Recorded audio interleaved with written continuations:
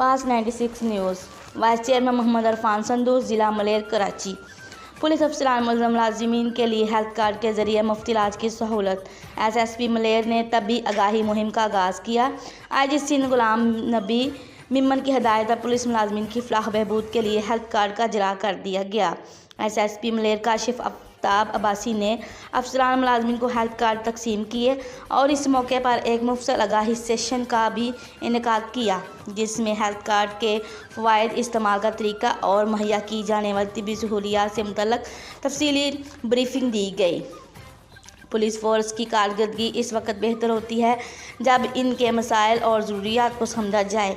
Health card का इजरा एक ऐसा कदम है जो हमारे जवानों और इनके अहल खाना को सेहत की फ़िक्र से आज़ाद करेगा।